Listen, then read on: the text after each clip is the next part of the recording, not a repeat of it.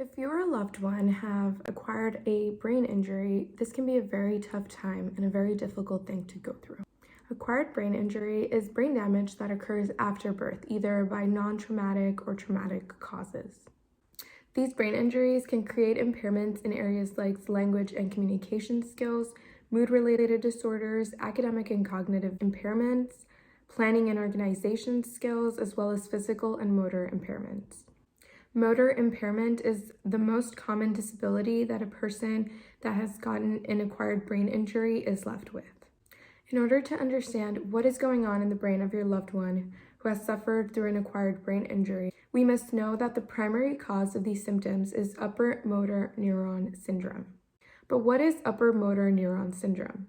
This basically means that you have lesions in the neurons that help you move. Upper motor neurons are in your brain and in your spinal cords, and they send signals to the lower motor neurons, and these then send a signal to your muscles to move. When you have damage to the upper motor neurons, the signal pathway is compromised, and therefore movement cannot be completed as normal. In a lot of the cases, medication and therapy is very good to help the person regain some range of movement. However, lots of rehabilitation and therapy need to be had.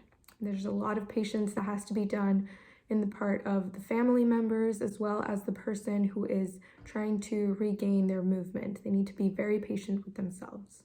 It takes a lot of physical energy as well as a lot of emotional energy. And in some cases, the family can become very frustrated with their loved one when they might not see the progress that they thought they would be seeing after their traumatic brain injury.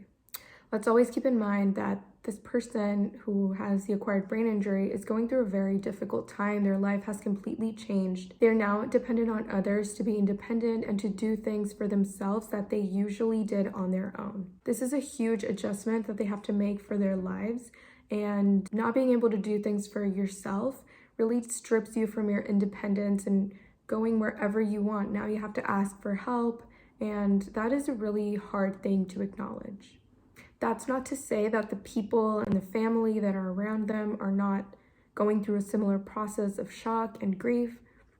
Their family members will also have to adjust to the new needs that have been created due to the accident or traumatic brain injury that has just happened. It's important to always take a step back and, when possible, make time to decompress, charge up back some energy. Taking care of your own self is very important in order to be able to help that family member that is also in pain and going through a difficult time.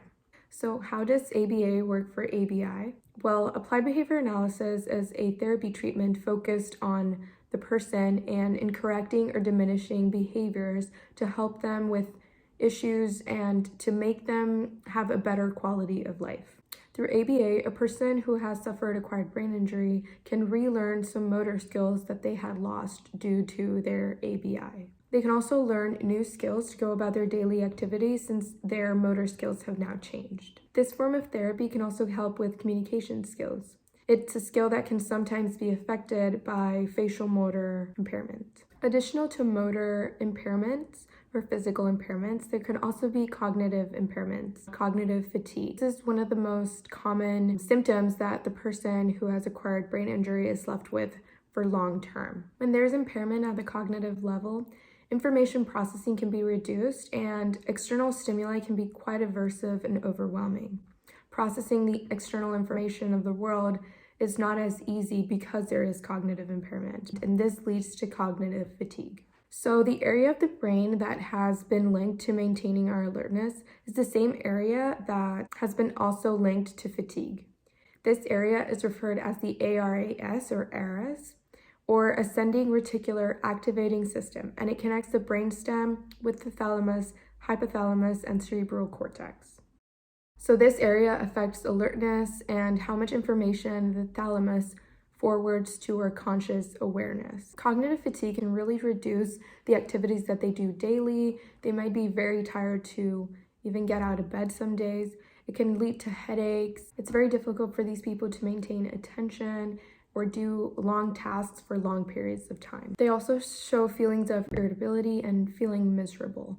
So this is a very hard time for these people. And again, it's important to understand that they are trying. It might not seem so some days when they want to stay in bed and they feel irritable and don't want to do anything. But it's important to keep in mind that their lack of energy and attention is produced by the cognitive fatigue that they're going through. There are many techniques that can help people manage their cognitive fatigue. They can make lists to help them keep track of their activities and maybe spread out their tasks throughout the day so that they can work on shorter periods of time. In terms of treatment for emotional or cognitive impairments, positive reinforcement, response conditioning, and behavior changing have been proven to help with mood disorders and cognitive or memory loss. However, the best way, and in order for these treatments to be carried out properly and the most effective, the person is best with a great team of experts that include psychologists, physical and occupational therapists, speech and language pathologists if needed, behavioral analysts, and teachers that are specialized in brain injury. And having a multidisciplinary team really is the best approach for someone who has suffered an acquired brain injury. This will help them achieve the goals that they set up for themselves, and by splitting those goals into different smaller steps and having the proper team to support them as well as their family members, a significant amount of progress can be achieved, and they will eventually regain the necessary skills to become as independent as possible.